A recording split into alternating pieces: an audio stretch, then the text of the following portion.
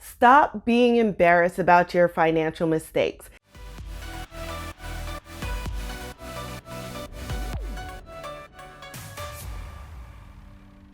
Hi everyone, I'm Zara, and welcome back to Reset, the Mindset Makeover Show, giving you the tools you need to elevate your life, career, and income all on your own terms. Today on Reset, we're talking how I rebuilt my credit. I'll include maybe a card up here that will link to the video where I share all the financial mistakes that I made early in life. So basically, you don't have to. In that video, I mentioned that I would share some of the tips and some of the things I did to help rebuild my credit over time. And that's why we're here today. Before we get started, if you like this type of content or any of the other content that we share here on the channel, please be sure to subscribe and turn on your notifications. Also, if you like this type of content, be sure to like this video. Now let's get into the details. First off, I guess the thing I always say is that you can't solve a problem if you're too busy sitting in it. So the first thing I always say to people is now is the time to get past being depressed about your credit or anything else and start focusing on taking action. During this video, I'll reference budget spreadsheets I used and different tools that I use to help myself get back on track. All of that information will be linked below in the bio for you to use as well. Before we jump into specific actions, I think it's important to mention that there is a mental side to improving your credit and your overall financial well-being as well. This truly requires a shift in how you think about money. So one of the things that was important for me is changing my mindset about money. Now, I'm sure you guys probably know the person who suddenly, came up, got incredibly wealthy and blew all of their money, or the people who have never had money and they still to this day don't have any money or any sort of financial stability. And while there are certainly circumstances around those things, there's also this mental side of your mindset in terms of how you treat money. Other factors that might influence how you manage money and how you think about money will be how other people around you treat their money, as well as how your parents manage their money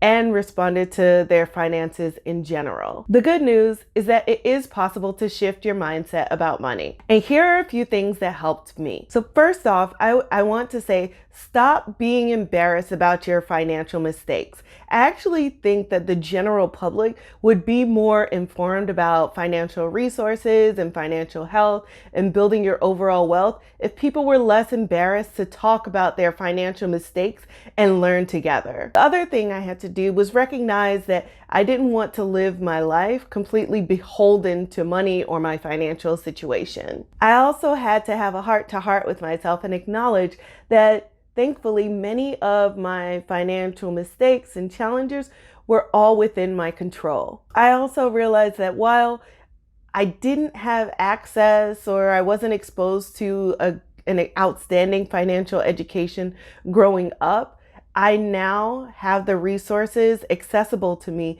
to build my own financial knowledge. And with that information, I decided to pause and take time to build my understanding of how to effectively manage my finances. And then a couple of other things I also and this goes back to getting over the embarrassment, is recognizing and putting things in perspective that the world is filled with abundant resources, and I should actually be grateful that I even had the opportunity to build up debt and learn from it, because many people don't even have access to debt and credit in order to build businesses or do whatever they need to get over hurdles and challenges that they have in life. By appreciating where I am in this starting point, it really helped me to acknowledge, take a nod to it, but also say, all right, I've gotten through this stage. Now, what is it that I want to do next? I then moved on to actions that I want to take to improve my finances. And first was, how do I increase my income? I knew that increasing my income will help me to get rid of my debt sooner and also help me to achieve other financial goals that I have. So some ways that you could do this is in your existing job, you could work really diligently, then ask for a raise, try to get a promotion to a different position. You could also look for a new job. Oftentimes, even lateral moves are great ways to help increase your income. Other things you can do is take on side hustles. Now, side hustles might not be that sexy to some of you, but I guarantee you experiencing that, enduring it, even for the short term, will feel much better, a year from now, 2 years from now, when you've built off your debt, when you've paid off your debt and you're able to show like, look, this is what I was able to save and this is what I was able to do for only a small sacrifice. If you work freelance, it might be worthwhile considering getting on additional sites, applying for additional jobs. So some freelancing sites could be, and it depends on the type of work that you do. It could be Freeup, it could be Upwork, it could be Craigslist, it could be GLG, Graphite, Alpha sites, whatever is a site that coincides the best with your experience. I'd recommend getting on there and going hard in terms of looking for new opportunities. You might also want to consider building a new skill set. And this might be something that you don't see the benefits from short term, but you see the long-term benefits of expanding your income by adding whatever skill it is to your existing skill set. The next thing I did was getting organized and prioritizing my debt based on interest. So you might not necessarily know off the top of your head, what's the interest rate on my credit cards versus my student loans versus my mortgage versus my car note. I put all of this into a spreadsheet and sorted it by a couple of factors. First, interest rate, debt amount, payoff terms. And then I said, all right, whatever has the highest interest rate is what I'm paying off first. This is important because it'll help to ensure that you're spending less money to pay off debt over the long term. If you don't like Excel, I would say this is a great time to start liking it a little bit more because it's a great tool to help you get organized. You can also try using some of the sites like Mint and YNAB to better and more effectively manage your finances. Another thing that I did was I got someone with good credit to add me to one of their credit cards. Now, a couple of things. They did not give me the card. I did not spend money on the card. This was someone I trusted.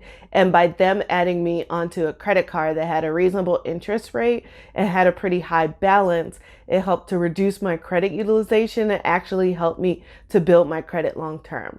Now, I acknowledge that everyone might not have access to this as an option, but I did want to share that it's something that I did to help me build my credit. And after I built my credit, I actually did it for a few other people so that they can build their own credit. So always remember, pay it forward.